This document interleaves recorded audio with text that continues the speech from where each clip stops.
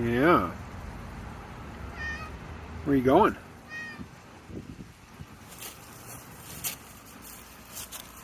You didn't need to come up here.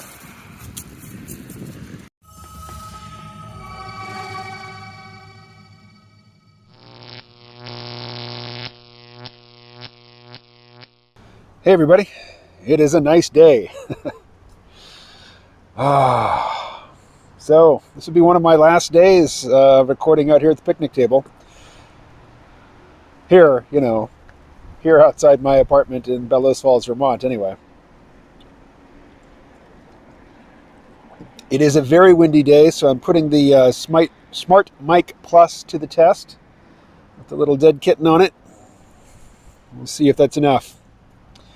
All right, I'm going to share a piece of news analysis, I guess, from Peter Zeihan. He sent this out today. He's apparently got some sort of live event going where, multi-day event where people pay. I'm not paying, but, he's sending out a lot of email notifications right now to build awareness, I think, of his paid event. Which is smart. I'm not criticizing him for it. I mean, were that I that organized and together. Look what I have. So here, I'll just read you the whole thing. It's short. This is a series called The Face of Inflation. This is part 3. I look at a lot of charts, so you don't have to. But here's one I need to share. It's a political partial breakdown of product prices by the U.S. Bureau of Labor Statistics. That's the group of wonks who tell us formally what inflation is doing. Check out the more recent data on the far right. I've peeled out the various energy-related trends so you can see just how out of control they've gotten of late. I've got 2 bits of good news and 1 bit of bad news. Good number 1. The good news is that as high energy prices have recently become in the United States, relief is on the way. Oil and natural gas prices have now been high enough for long enough that America's shale operators have steadily expanded operations and fresh production is already feeding into the system. We might not feel that relief in the form of lower prices until March, but relief is still on the way. Good number 2. As bad as prices seem, it is way worse everywhere else. Natural gas prices in Europe are now 10 times what they are in the United States, and Europeans have 0 reasons to expect their situation to improve 1 whit this year, or next year, or the year after. Europe has next to no local oil or natural gas production, and no shale sector to speak of. Instead, the Europeans have chosen to rely on solar and wind power, on the world's cloudiest and calmest continent, no less, with a bit of bridge assistance from the Kremlin.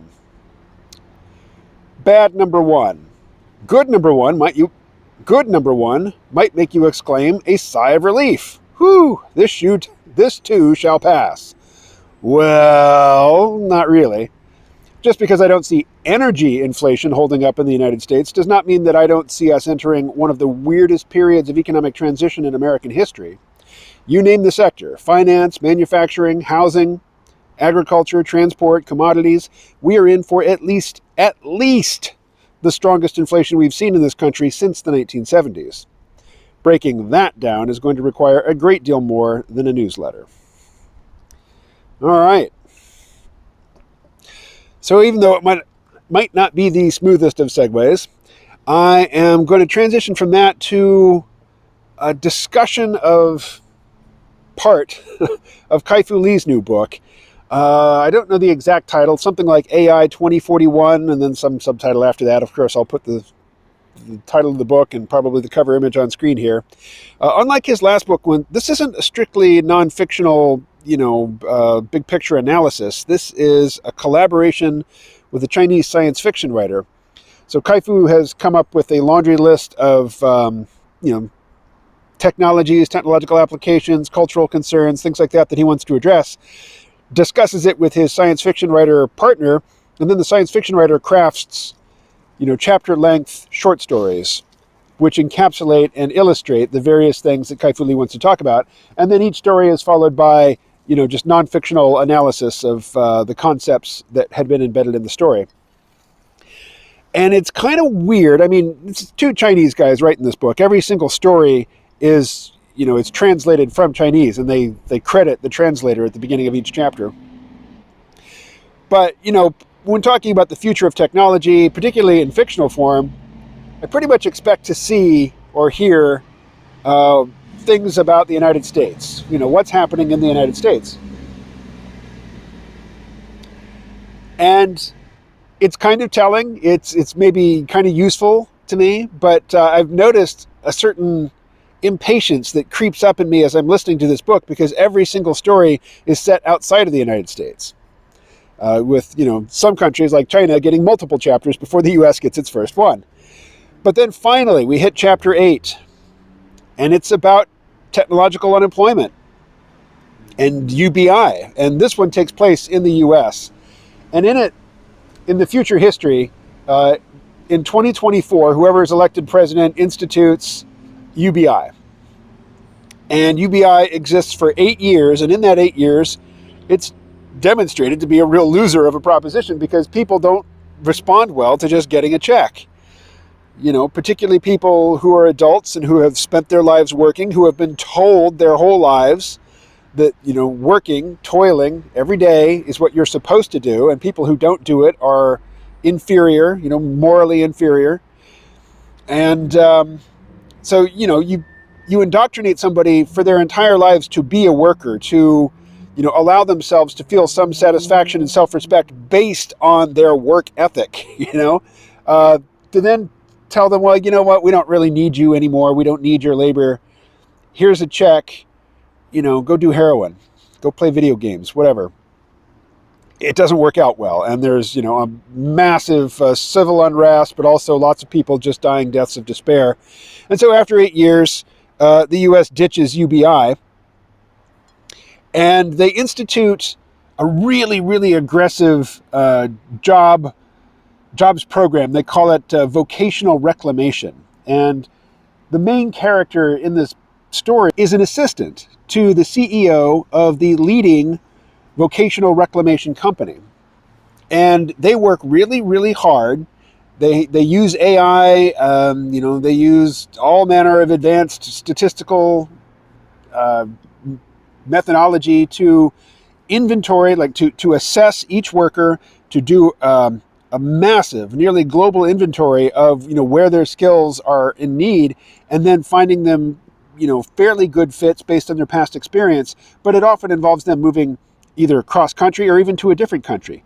And the most successful company in this field has a placement rate of 26.8%.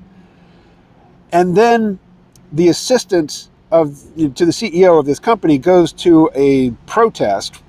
A big, I think it's a construction company, is basically going out of business, and all of their employees need to be given new jobs.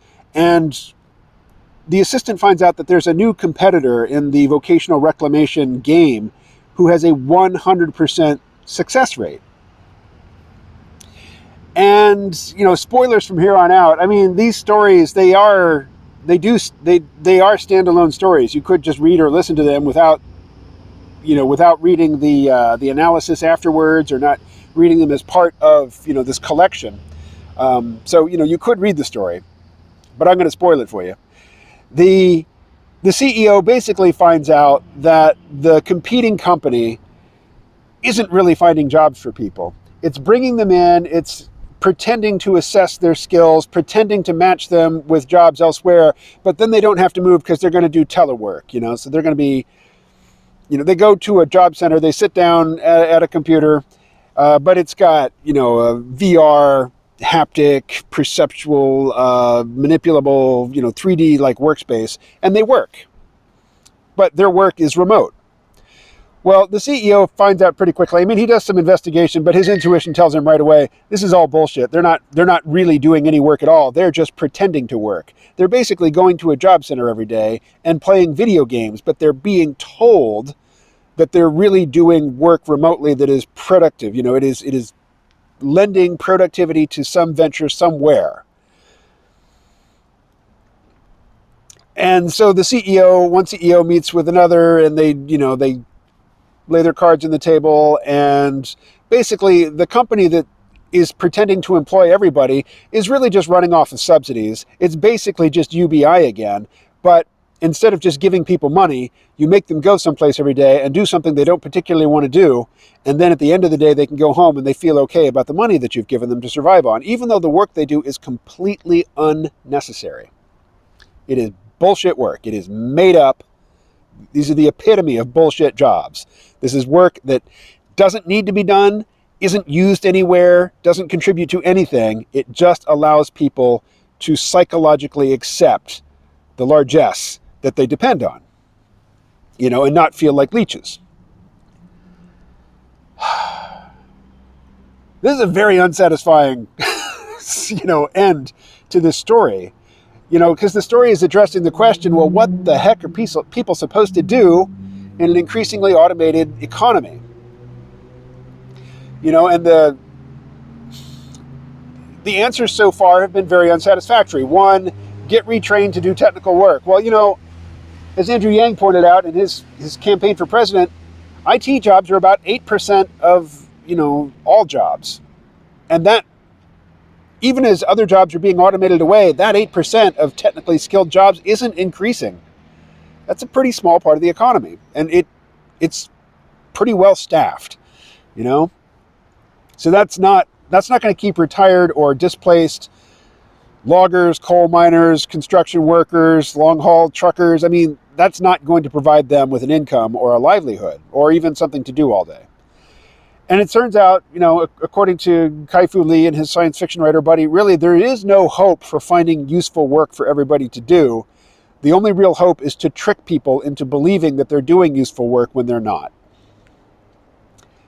It's the old Christian work ethic. You can play video games all day if you want to. That's okay. Just as long as they're games you don't enjoy.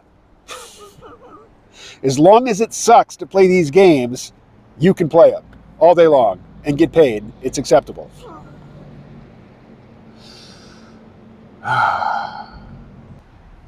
So anyway, I was really looking forward to this chapter. I mean, I looked at the table of contents and I was tempted to skip ahead to this chapter because this is the question I'm really interested in. How to protect human livelihoods against automation, or just being engineered out of existence. Because typically what happens, when somebody loses a job to technology, it's not that some algorithm or some robot arm or something does everything that the human was doing before. It's just that the whole production process gets reorganized so that not as many people are needed. Robots and computer algorithms, can do more, but it's not the exact same collection of tasks that humans were doing. The whole production process is reconfigured to take advantage of the capabilities of artificial intelligence and robotics, which is actually kind of insidious. I mean, compared to, say, outsourcing, or, compared to, say, firing a native-born worker and, but forcing them to train their replacement who's from India first. I mean, this is typically in high tech, the high tech sector. But in that instance, there's a job role that was once filled by a particular person. That job role remains unchanged. It's just a different person, one without citizenship, one who doesn't have the same rights to collective bargaining, one who can't really stand up to their employer because their residency in this country is dependent upon their employer's continued grace, and beneficence. So you basically get a worker who's willing to work for less and who won't complain, but in the exact same job. Whereas with technological displacement, the job just goes away. The production is accomplished some other way, without a person in a particular job role. So there's really, it's much harder to point a finger at that situation and say, undo that, put the original worker back in that job. That job's gone. That job doesn't exist anymore.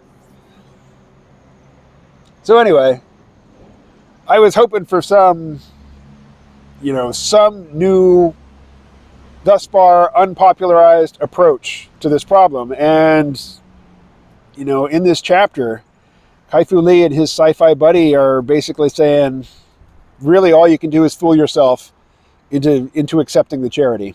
But, for most humans, your labor, your expertise, your talents, They're just not necessary. We don't need them. Just go hide out, play your video games, take your heroin, consume, and just don't make a fuss. Don't make a stink. Which brings me around to the Kyle Rittenhouse thing. I'm still not following it, but I'm following other people following it, like following Ben Rubber, who's tweeting about it.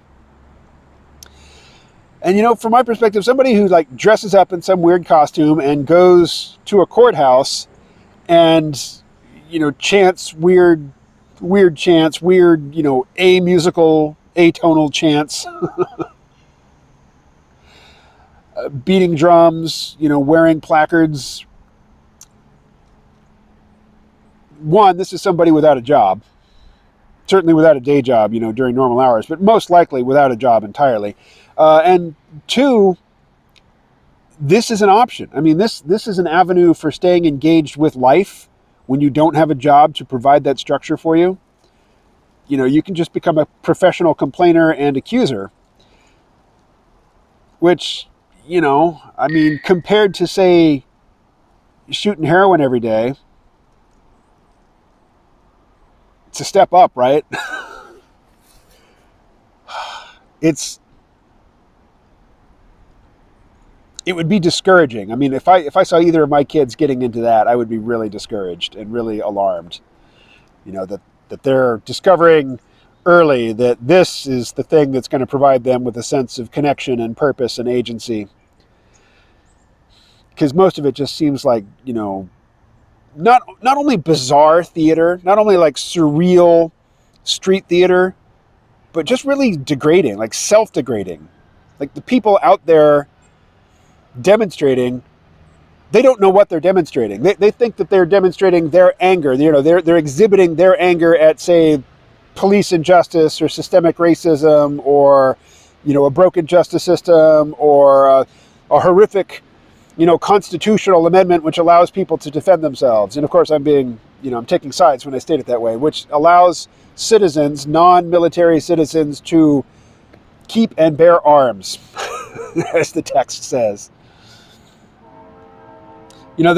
They think that what's written on their sign is what they're demonstrating, but no, what they're demonstrating is their own uselessness and their failure to realize their own uselessness and their flailing attempts to find some sense of purpose in a world that really just doesn't need them, at least not in the way that it needed their parents and grandparents, for labor or for cognitive labor.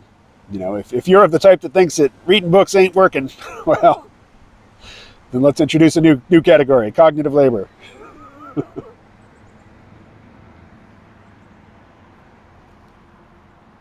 What'd you say? Yeah, that's what I thought. All right, 20 minutes. Goodness, I got to stop jabbering. But stick around after the closing title card for a request.